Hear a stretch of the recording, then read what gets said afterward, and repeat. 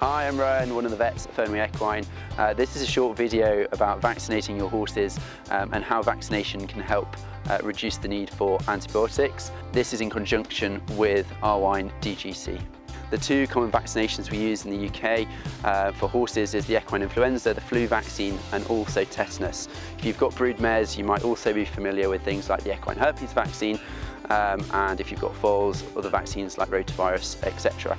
The way in which the vaccination works is to try and develop an immune response for your horse that then, if they are faced later with a real pathogen or a live pathogen, then they have the ability to provide that immunity and harness the infection quite quickly.